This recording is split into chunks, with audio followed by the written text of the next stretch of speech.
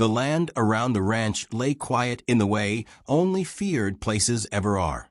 Not peaceful, not kind, but watchful.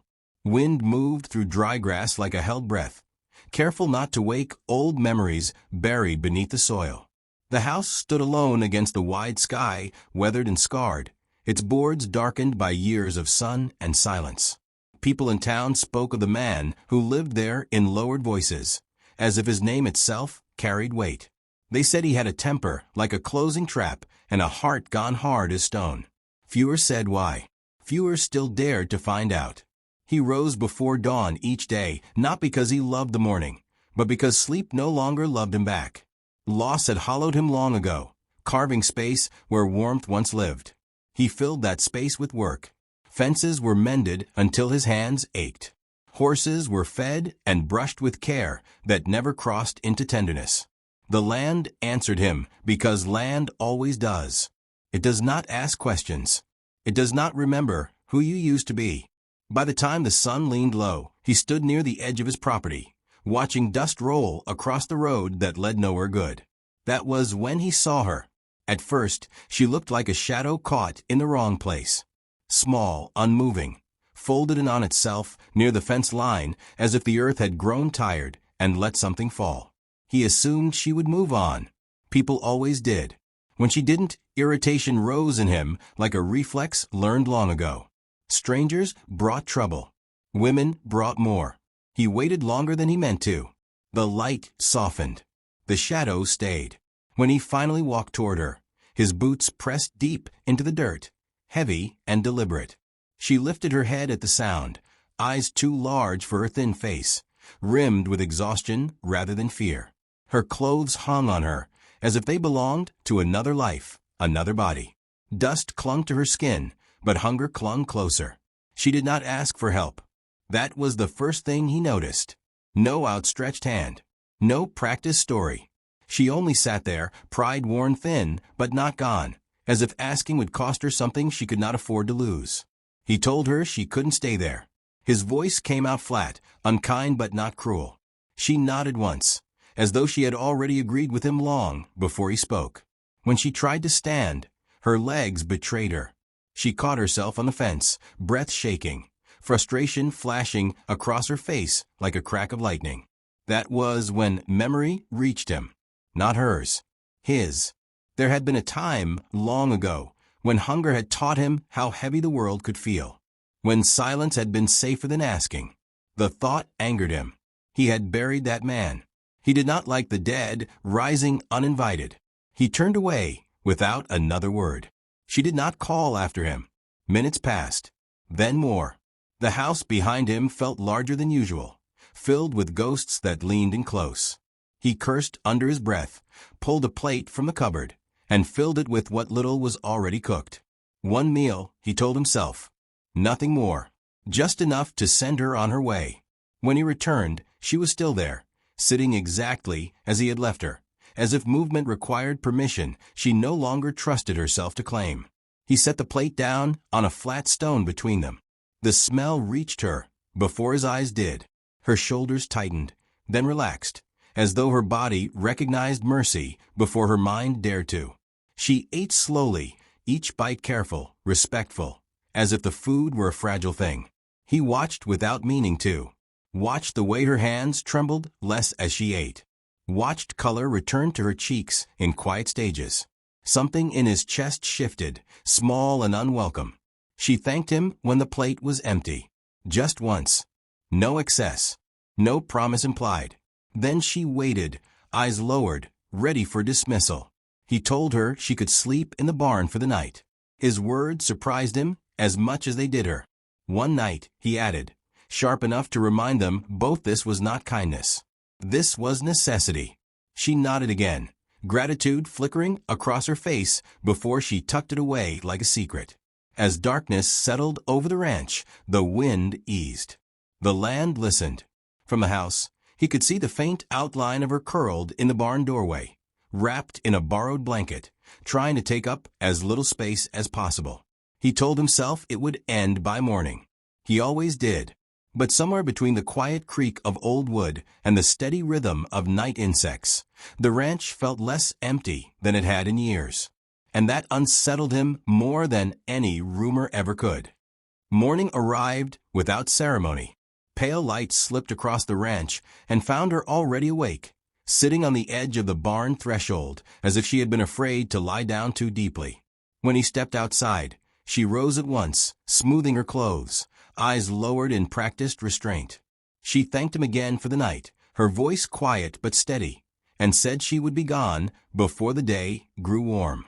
He nodded, relief and something else passing through him too quickly to name. He turned back to his chores, expecting the sound of footsteps fading down the road. Instead, he heard the soft scrape of a broom. By the time he looked again, she was sweeping the barn floor, gathering dust into neat, respectful piles. Not to impress him, not to bargain, simply because the work was there. He told her she didn't need to do that. She replied that she knew. Still, she finished the task before setting the broom aside. There was no defiance in her, only a stubborn sense of balance, as if taking without giving felt heavier than hunger ever had. Days passed like that, not announced, not promised. She stayed without asking, and he allowed it without admitting why. She moved through the ranch quietly, learning its rhythms, as though she had always belonged to places like this, and simply forgot for a while. She fed the chickens before sunrise. She patched torn fabric with careful stitches. When he left tools lying out, they appeared again where they belonged. He pretended not to notice. Pretended the house did not feel warmer in the evenings, the silence less sharp. He ate his meals across from her at the rough wooden table, neither of them speaking much. Their quiet was not empty. It was shaped by understanding. When she smiled, it came late and soft, like something that had survived many winters. Once, while he repaired a broken fence, she handed him a nail before he reached for it. Their fingers brushed. The contact startled them both. She pulled back immediately, apology written across her face, though no words followed. He cleared his throat and turned away, anger flaring not at her, but at himself for feeling it. He told her again that she could not stay forever. She accepted this without argument, nodding as if she had expected nothing else. Yet that night, he left extra food on the stove and did not mention it. She ate slowly, saving half for the next day, as if preparing for absence even while sheltered by presence. The town noticed before either of them spoke of it. A shopkeeper mentioned seeing her near the ranch and warned him with raised brows and lowered voice. People like her, the man said, brought trouble. He answered with silence. The shopkeeper mistook it for agreement. He did not correct him. She heard the whispers too. One afternoon, when she returned from town, her steps were lighter than usual, but her eyes were guarded. She told him nothing. Yet that night she slept closer to the barn door, blanket folded neatly beside her, as if ready for departure. He watched from a distance, and felt something tighten in his chest. She spoke of her past only once. Not in detail, not in complaint. Just a simple truth offered as explanation rather than confession. She had trusted kindness before, she said, and learned that it often came with a price she could not pay. Since then, she preferred honesty, even when it hurt. He understood more than he admitted. A man came by the ranch near sunset a few days later, claiming to look for work. His eyes lingered on her too long. His questions carried an edge. The rancher answered curtly and sent him away without discussion. When the dust settled, she stood very still, as if waiting for something else to fall. He told her she was safe. The words surprised them both. She met his gaze then, truly met it, and something unspoken passed between them. Not trust yet, but the shape of it. That night, she folded the blanket carefully and placed it at the foot of the barn. In its place, she left a small piece of mended cloth on the table inside the house. A thank you shaped by hands rather than words. He held the cloth for a long time after she returned to sleep, understanding at last that what stood between them was no longer the past, but the future, waiting to be claimed or turned away. The trouble did not arrive loudly. It came in glances that lingered too long and silences that pressed too close. In town, voices lowered when she passed. In the rancher's presence, they smiled and spoke of weather and trade, but their eyes told a different story. He felt it before he understood it, the way a storm announces itself in the bones long before the sky darkens. She began returning from town earlier each day. Her steps were quick, her posture careful, as if the road itself had grown teeth. When he asked if something was wrong, she answered with the same quiet honesty that had come to define her. People were talking, she said. They always did. She had learned not to argue with stories once they decided who you were.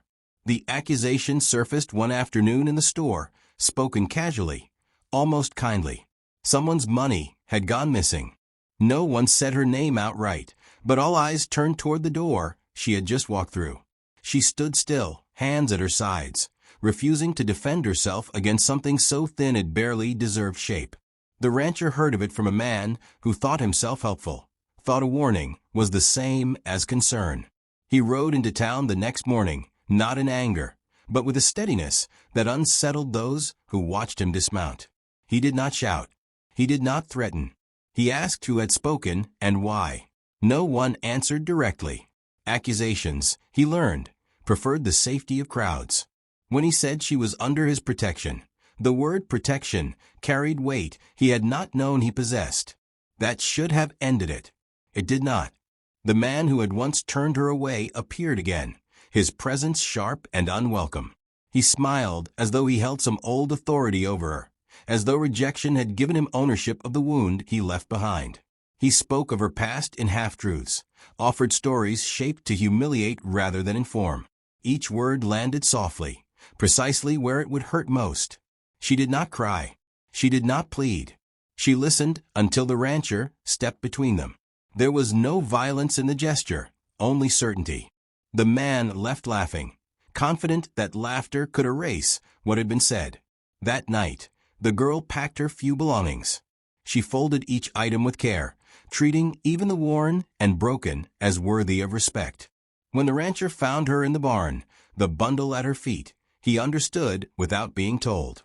Safety, she knew, was something that could be withdrawn by the world without warning. She would leave before it was taken from her by his silence. He told her she had done nothing wrong. She believed him, and that belief frightened her more than doubt ever had. Trust, once given, had cost her too much to offer lightly. She said she would go before the town forced his hand, before he had to choose between reputation and truth. The next morning, she was gone.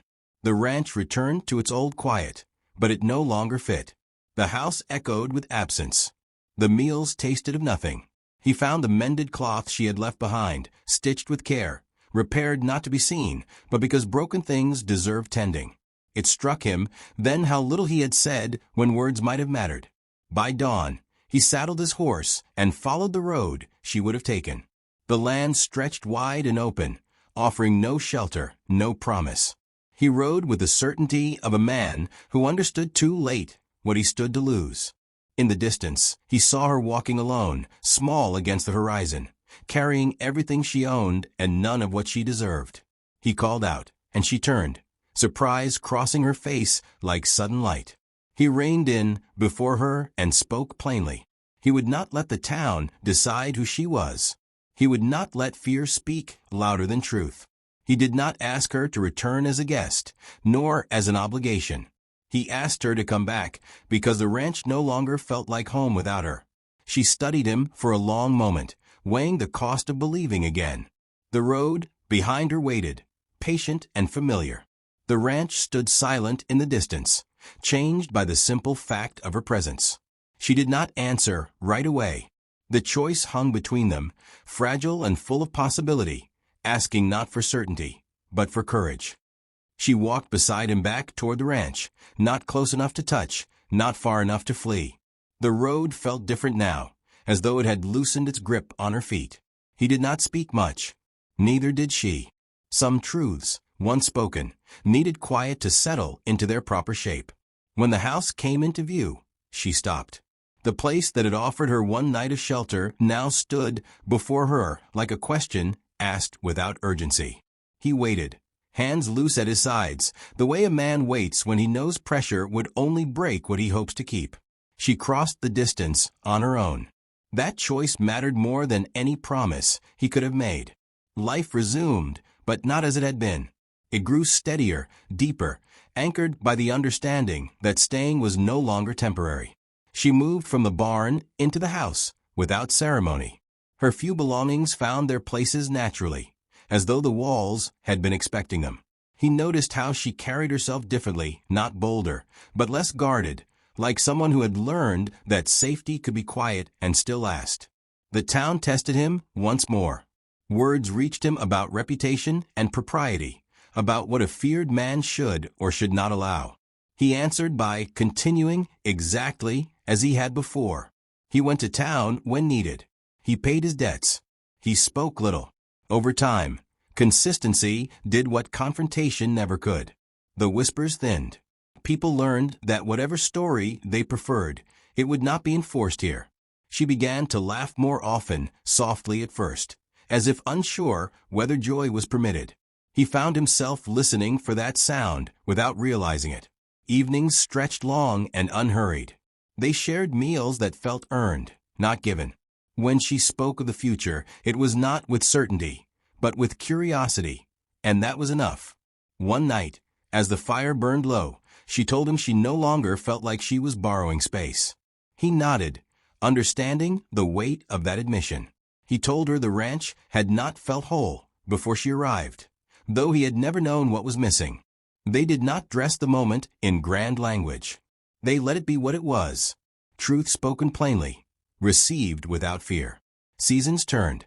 The land responded as it always had, but now it seemed kinder, or perhaps they had simply learned how to listen. She stood beside him at the fence one evening, watching the sun sink into the horizon, her presence easy and unforced. The man the town had feared still lived there, but he was no longer alone inside his own walls. In time, others noticed not the change in him, but the steadiness of her. How she walked into town without lowering her eyes. How she greeted people without apology. The story shifted, as stories often do, shaped by those willing to live differently rather than speak louder.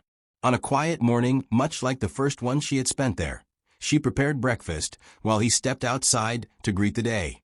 The ranch felt full, not with noise or excitement, but with belonging. He realized then that fear had never been his true inheritance. Survival had been, and survival, when shared, could become something gentler. She joined him on the porch, setting a cup into his hand, her fingers warm, steady. There was no declaration, no finality, just a moment held long enough to matter. Somewhere beyond the fences, the world continued as it always had, quick to judge, slow to understand. But here, on this patch of land, one meal had grown into a life, and two people had learned that being seen, truly seen, could turn even the most feared places into home. And if the fire ever burned low again, they knew now how to tend it. Not with force, not with fear, but with patience and the quiet courage to stay.